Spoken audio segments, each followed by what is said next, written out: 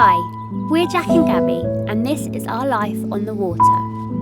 When we first moved onto boats, we had no idea how it would change us. It was a bit of a leap of faith, considering we had never stepped on a narrowboat before. But 5 winters on, after travelling the UK in our first boat, and now nearing the end of building our own fully solar-powered floating home, we are still enchanted by this way of life. Living guided by the seasons, intertwined with nature, and learning to appreciate the smallest things that are often taken for granted. This last year has been eventful, and with spring just around the corner, we have got some exciting plans to share with you, living simply in our little floating cabin. If you don't already, please hit subscribe and come along for the journey.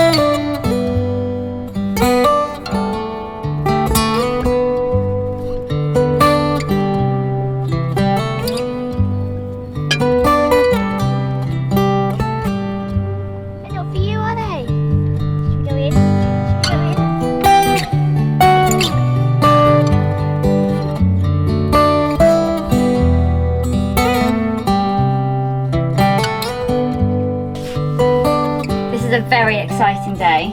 Homegrown Jerusalem artichokes. We planted them at the beginning, I think it was, of last summer, and really haven't done very much. We put a few bucket loads of water over them during the hot months, and then now we've got such an amazing crop from them. They're like potatoes. You plant one and then you get maybe like 10 or 12 out of each plant. So I'm just going to wash them off, and this should be plenty for tonight's supper.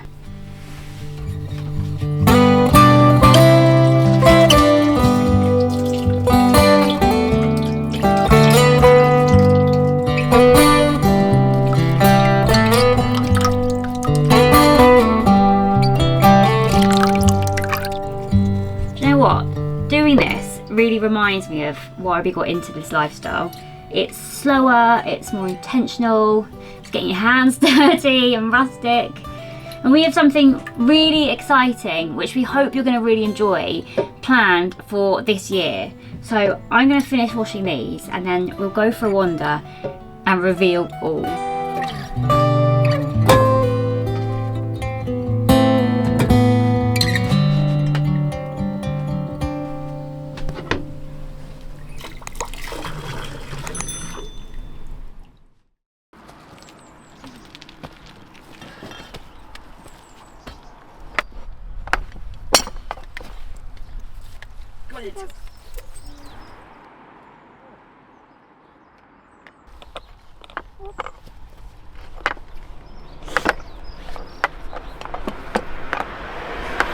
Fiddly.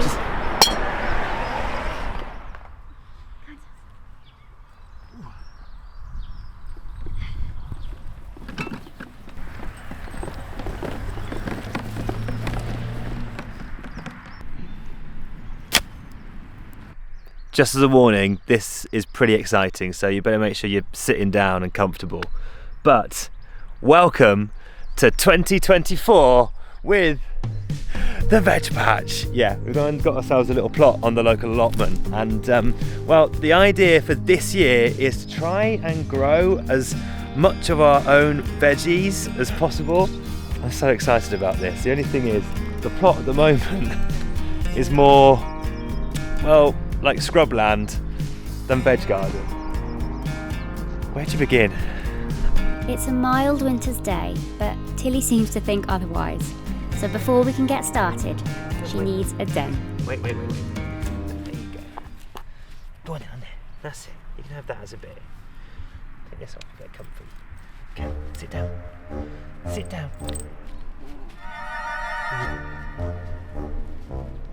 Good girl. Put your legs down. Good.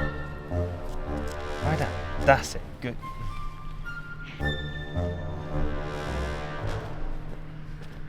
Don't, you're getting it so dirty. Good girl. No. Tails, lie down. I think the veg patch for the 2 kids is getting a bit much already. Absolute princess. There you go.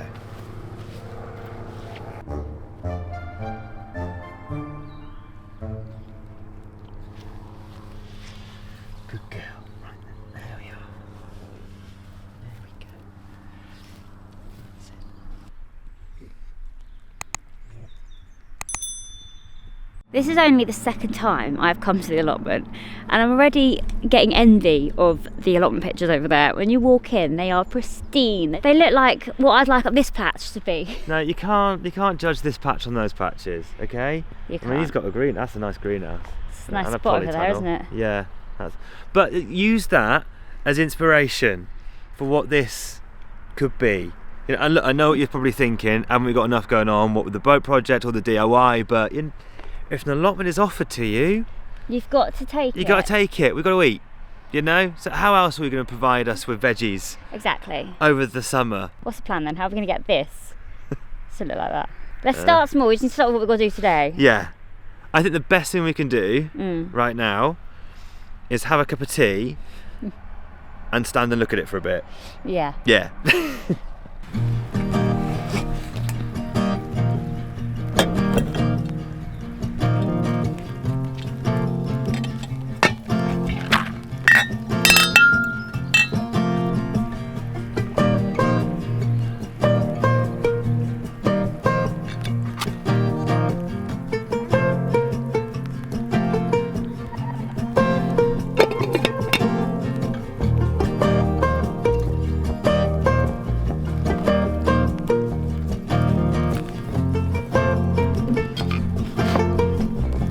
It's really lovely to be able to come up here and spend a bit of time planning what we want to do with this patch, and yeah, just get excited about it. I mean, obviously it's still winter, it's, you know, the depths of winter really in February, so we've got a bit of time before the growing season starts, but I'm very, very excited by what we can do with this little patch. It's also just a nice area to come and spend a day. You've got a beautiful view over there.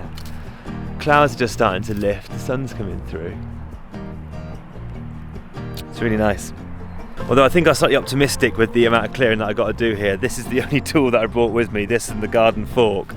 And I think we're going to need something a little bit more heavy duty than this. If you've got any tips for starting off a veg garden, starting off an allotment, then please do let me know your top tips in the comments. I think we want to do no dig here, so we need a load of mulch and a load of compost, but any advice you've got, then yeah, please do let us know. What's happened? It's an absolute disaster. We've only brought 2 tea bags with us, but just left around floating in the boat. And I've just made a hole in one. My one. We've got loads of these individual little tea bag wrappers knocking about on the boat. Because when Gabby used to work away often and you'll be staying in hotels and stuff, anytime there's those free like sachets of tea, you can't leave them in the hotel room, she'd grab them and bring them back. So we've got loads that are like years out of date just knocking about. Does anyone else do that? You know, if there's free tea on offer, if those bags are there, I don't know what it is, it's just like getting your money's worth. And it's ridiculous, isn't it? Even if you don't normally drink it. Yeah. Like a horrible Nescafe sachet or something. Yeah, exactly. Can't help it. Take them all.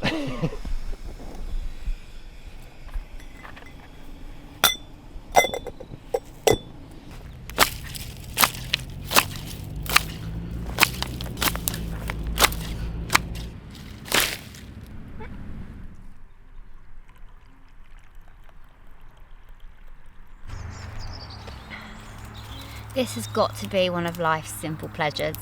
Sitting in an allotment, drinking a cup of tea, does not get better than this. So we've got a fair bit of research to do for how we're going to go forward with this plot. We've grown vegetables before on a smaller scale, so potatoes, courgettes in pots outside the boat, that kind of thing. Whereas taking on an actual plot, that is very new to us. So to help us do research and work out the plan, we have been using an app called Readly. If it's new to you, it is an app that gives you access to over 7,000 publications. We normally use it for food magazines and a morning flick at the newspaper, but we've been getting really stuck into a few different gardening titles these last few weeks. A really good feature of Readly is that you can download articles and bookmark individual pages so that you can come back to them and work offline. Really handy when your allotment is in a place of absolutely no signal. So I'm reading here a seasonal guide to growing vegetables, which is what I bookmarked earlier, and it is full, there's a table full of all the different vegetables that you can plant and harvest at different times of the year. So it says, sowing outdoors, I can plant next month onions, leeks. Leeks are my favourite vegetables, so they are definitely going into the ground. Being able to read a ton of different gardening magazines all on one app is so helpful and so ideal for small space living because we do not have the space for loads of physical copies. You can also access all the past issues, which is really, really helpful. If you want to give Readly a go, then use the link in the description to try it out. You get 2 months for free and then there is no contract, so if you don't like it, you can cancel at any time. But honestly, there is so much on the app, there will be something for you. Thank you to Readly for sponsoring this week's video and for helping us with our gardening research. Make a list of everything you'd like to grow in your veg patch this year and plan how to fit it all in. Some crops such as brassicas, potatoes, courgettes, squashes and pumpkins take up loads of room. Look at this, plot's already been productive. Managed to forage a brand new trowel amongst the debris. Perfect size for Junior.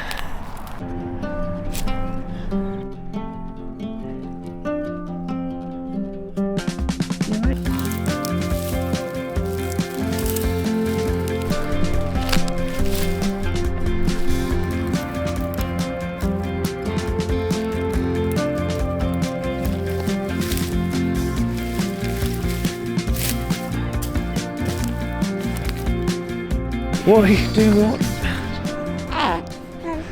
You don't get this on Gardener's World, do you? There we go. Right, can you see? What do you think? Are you going to eat all the veggies that come from here? Yeah, grow into a big, strong boy. How have you got on? Yeah, done a bit of clearing. It's difficult because obviously it's so overgrown. Now, even though I've pulled out like a fair amount of plants, you wouldn't notice it, would you? So I think we're going to have to investigate getting something a bit more meaty than just mere snippers. Let's see if we can borrow a strimmer from someone or something. But it's nice to come up here and just sort of get to grips with it and like, have a little look and kind of plan out what we're going to do. There is this bit of carpet down here which there is this bit of carpet down here which I'd like just I don't know why, I just really want to pull it up and have a look at what's underneath there. So if we can do that, that'd be nice. Do that. A bit more clearing. A bit more clearing, yeah. It'll look good, I think, once we've got that. Maybe you'll see some help, I've got the baby. So. What's under the carpet? Can I give you squirrel? What's that? What?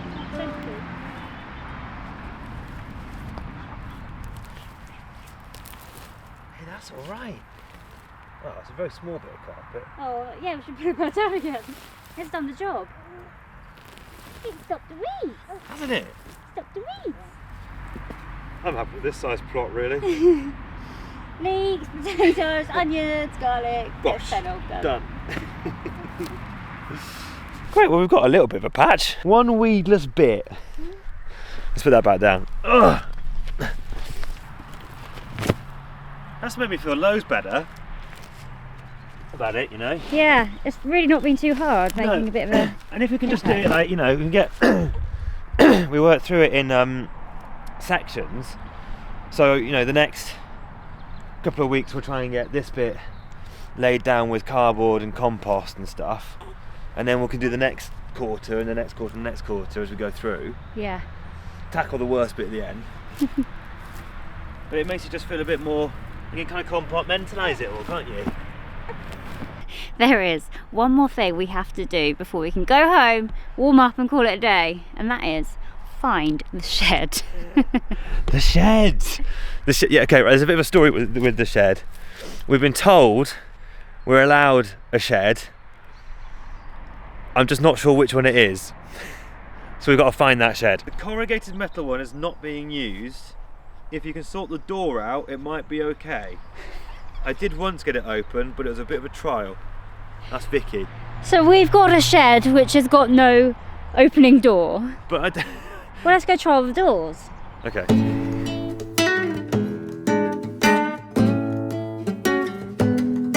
Yeah, that door works. That's not our shed. Yeah, that's got stuff in it. That's not nice.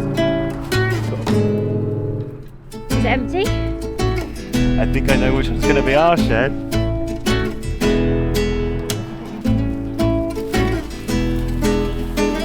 Does it have a door?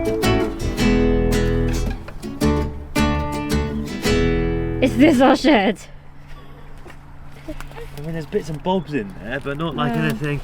There's bits and bobs that looks like it's not been touched for about 50 years. I think we'll come back another day and find our shed, you know. I'm not too fussed. It's not like we've got a load of tools to put in it anyway, so I think we're alright without a shed for the time being, aren't we? I know, but I want a shed, basically. We'll find our shed next time. Yeah. But it's getting a bit chilly, so we are going to head home, warm up, have some dinner. Yeah.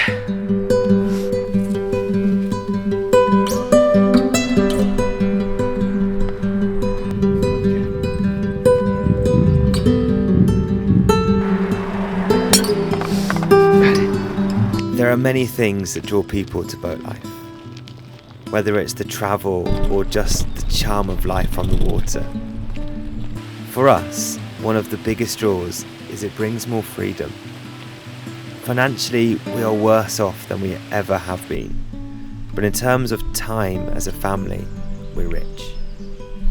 It might seem strange to some to want to live a simpler life, rejecting some of the ease of the modern world, but for us, the thought of being able to grow and cook our own food in our almost entirely self-built boat feels incredibly rewarding, as does being able to share this process with Jobert as he grows.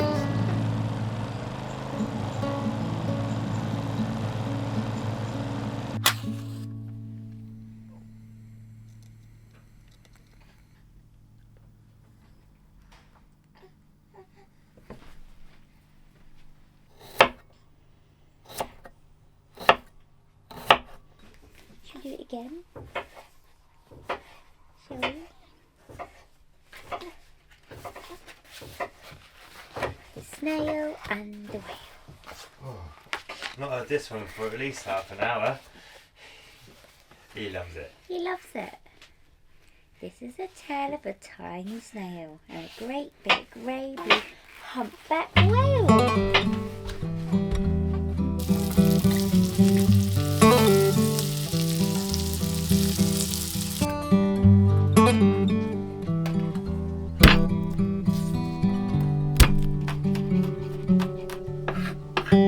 You don't have a garlic crusher like us. You need to mince up garlic, so you need to chop it really fine.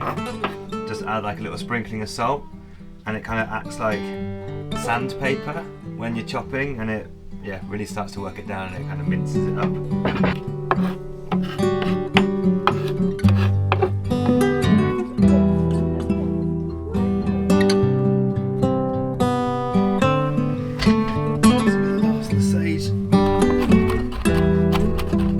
A slight situation. Midway through story time, Joe has decided to surprise Gabby by just a little wee on her.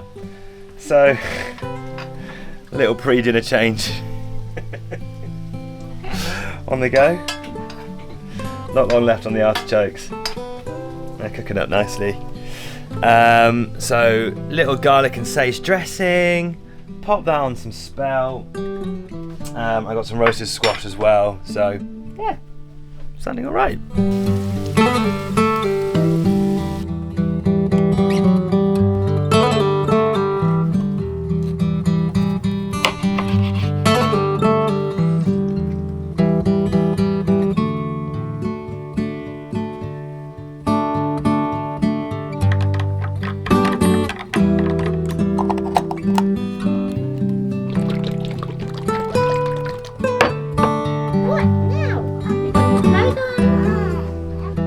haven't changed. No, I'm still very much We based. Nice. When we first came up with the idea of This Tiny Life, it wasn't called This Tiny Life. We started this little Instagram account called Float and Fodder with the idea of travelling and doing a bit of foraging and cooking, and then the name This Tiny Life came to me and I just absolutely loved it, and so we decided to launch the Instagram, the blog and this YouTube channel and all of that, and we kind of lost a bit of the foodie side of it, and it's something which this year we'd really like to bring back. So doing a bit more foraging, doing a bit more cooking on the channel. If it's something which you guys would be interested in seeing, then please do let me know in the comments or give the video a thumbs up, because it's something that we would both really like to do, and yeah, we'd just love to have your support if we just do a little bit more foodie stuff on here.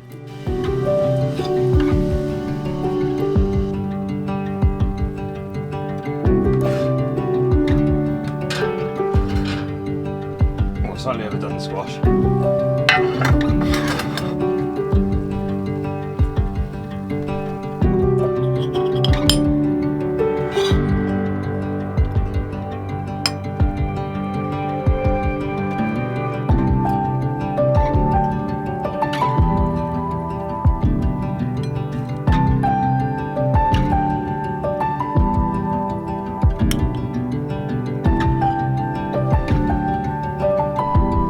Go. Time.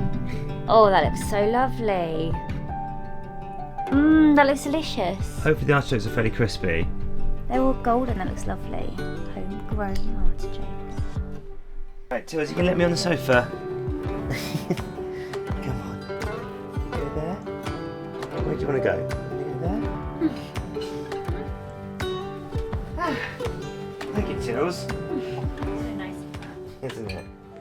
Thank you so much for watching this week's video. If you don't already, would love it if you could tap subscribe and maybe give the video a thumbs up. It massively helps out our channel.